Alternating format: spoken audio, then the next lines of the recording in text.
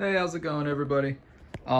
This video I'm just going to be going over the tools I have, the tools that are in my collection, and I'm mostly kind of doing this as an inventory. I'm thinking about getting some more insurance on my belongings, so this way I'll kind of be able to show in real detail what I have in my toolbox.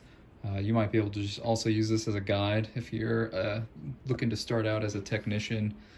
I was entry to mid-level automotive technician for a few years, maybe 6 or 7 years, and kind of went from a lube tech to a recon tech at a Lexus dealer for many years, and then for a couple years I moved to Firestone and I was a C level tech there.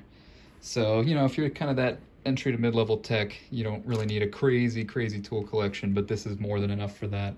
And now I'm kind of a DIYer, do a lot of car projects, and you know, this is enough to do everything. R&R an engine, assemble an engine, transmission, clutch, whatever, you name it. So let's just get started. Top drawer, it's all my sockets and ratchets, and I really just keep metric stuff in here now. All my SAE stuff I keep in a smaller toolbox, and it just doesn't see the light of day anymore. But really important thing to get is a set of swivels. These are just gray pneumatic. Brand with these honestly doesn't matter too much as long as you wear safety glasses, but gray pneumatic for the price can't be beat. I think they're maybe about $100 for a set. I bought these new, and you can kind of tell which sizes I use the most. I work on Japanese stuff now. The 10, 12, 14, 17, 19 is all that really gets used now. As far as sockets in general go, you can kind of get away with cheaper stuff. These impacts are from, these deep impacts are just from Pet Boys, and my shallow impacts are from Snap-on. As far as impacts go, I mean, I honestly can't tell a performance difference. But yeah, these 3/8 are Snap-on. You can get away with something cheaper. USA Craftsman, easy to find, and it's great. The bigger stuff for axle nuts and just for large fasteners in general, kind of essential. At least know, if you're working on a specific kind of car, what sizes you'll need for common axle nuts. For Hondas and Acuras I work on a lot now, that would be this. This is what gets used really out of this whole rack now, 32. You can really get away without buying chrome 1/2-inch stuff in smaller sizes, because your 1/2-inch is gonna take, you know, really take precedent over that. But they can fit into smaller places. This is a thick socket for getting those harmonic balancer bolts off. O2 sensor socket, also a must.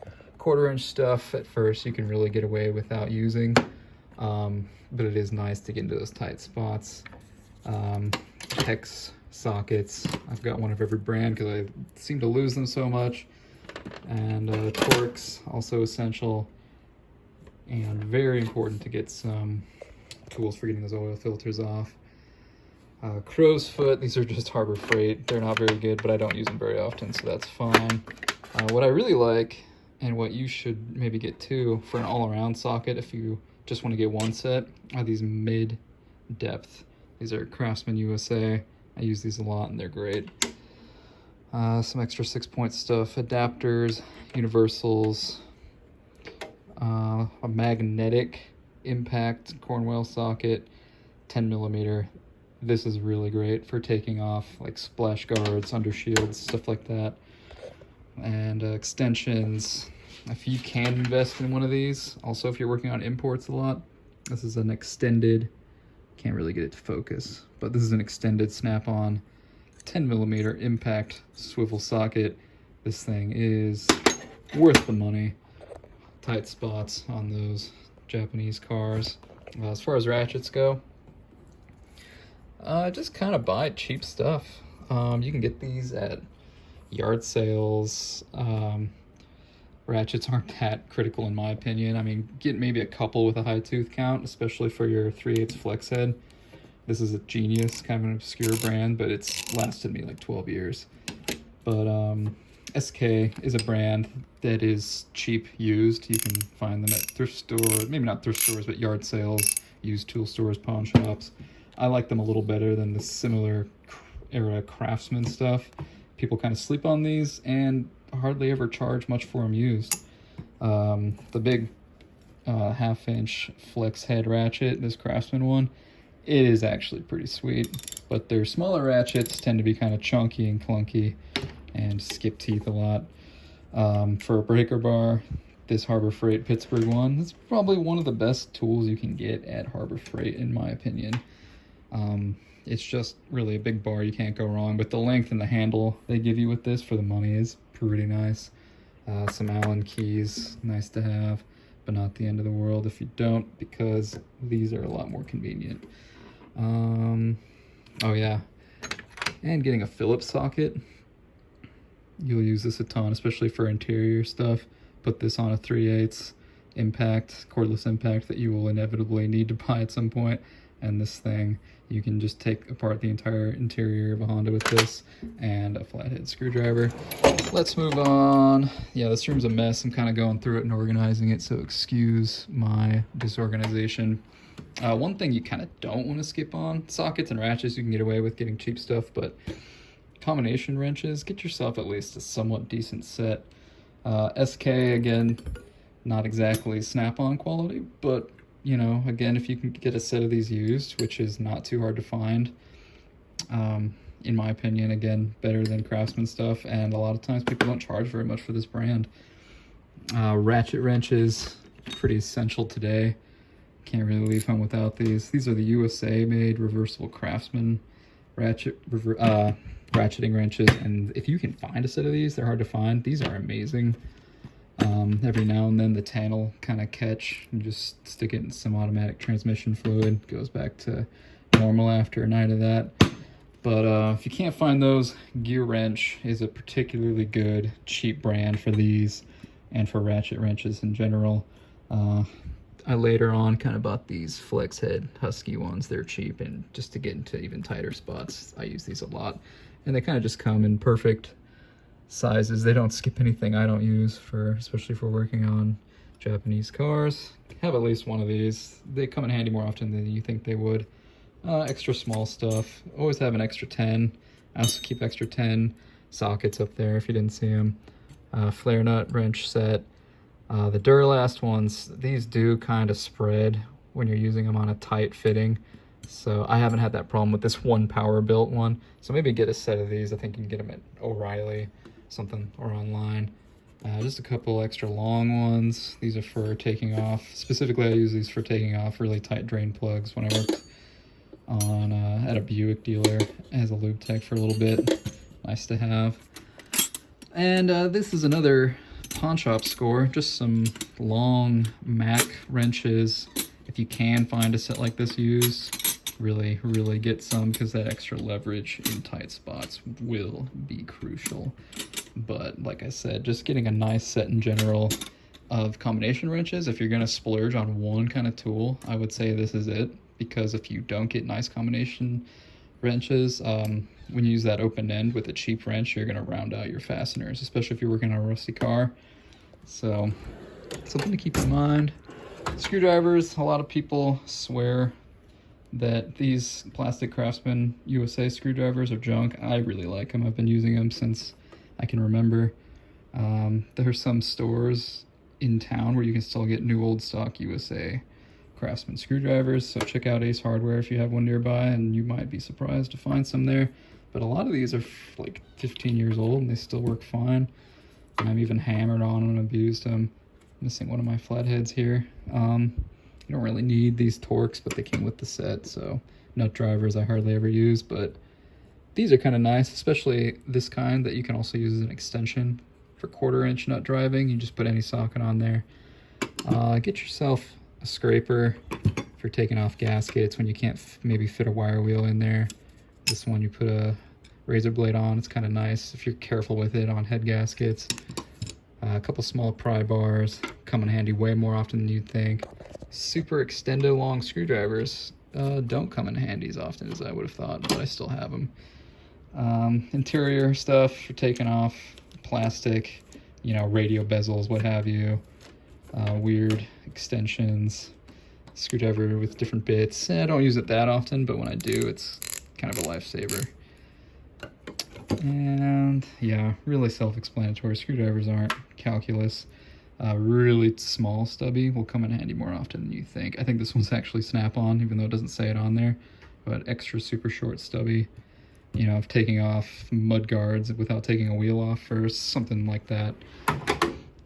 Next drawer here is pliers. You can, again, kind of get away with getting some mid-level, mid-range pliers. The Craftsman fake Kleins I have here are really actually pretty nice. If there's one thing you're gonna spend money on, maybe get some nice cutting pliers. The Nipex, pretty top of the line. You can cut like a penny and a half with these.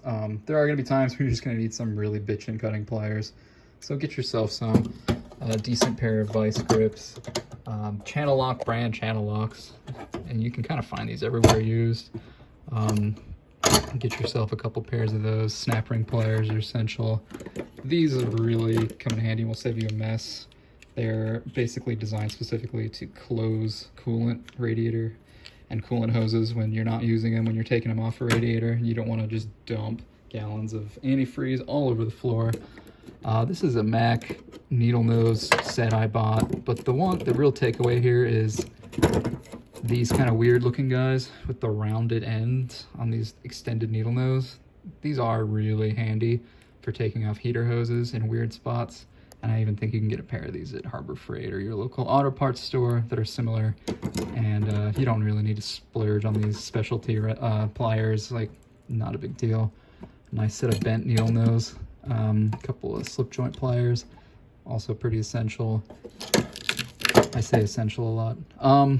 These for taking off those stupid OEM coolant hose clamps. Just, you know, squeeze them and pull them up. Come in handy a lot. I'm not sure exactly what these are called, but I got these at Sears before Craftsman kind of disappeared and went overseas. Oh yeah, for a lot of places they'll provide you with one of these.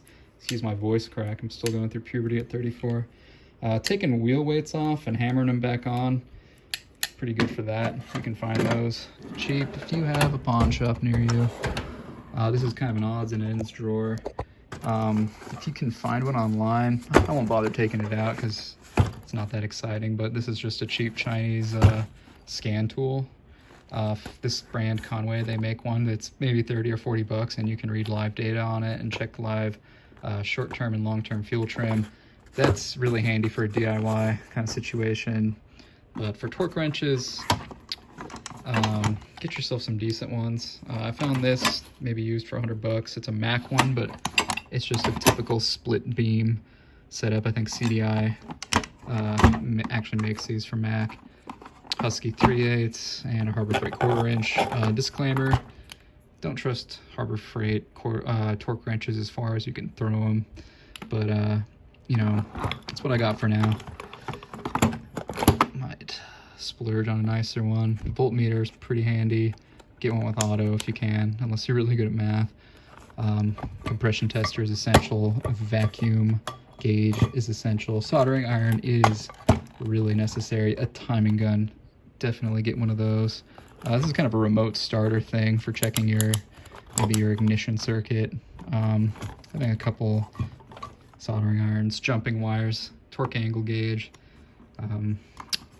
Let's see. Oh yeah, this is just kind of like a tolerance tester. You could put that on a block or a head and put your feeler gauges in there.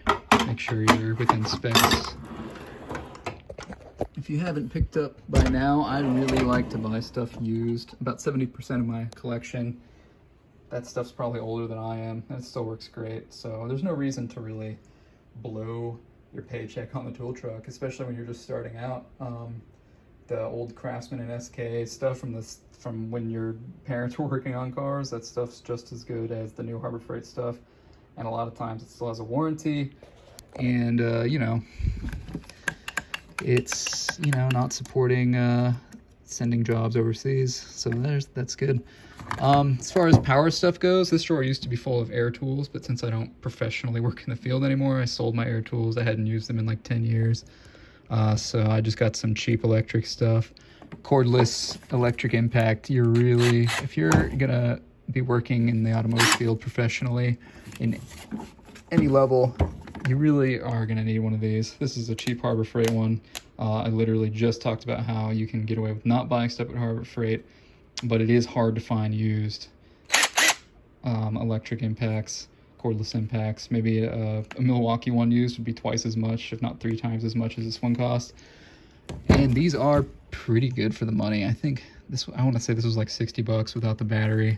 And I, you know, if I drop it, if I break it, I don't really care. I'm not going to lose sleep. The drill's fine.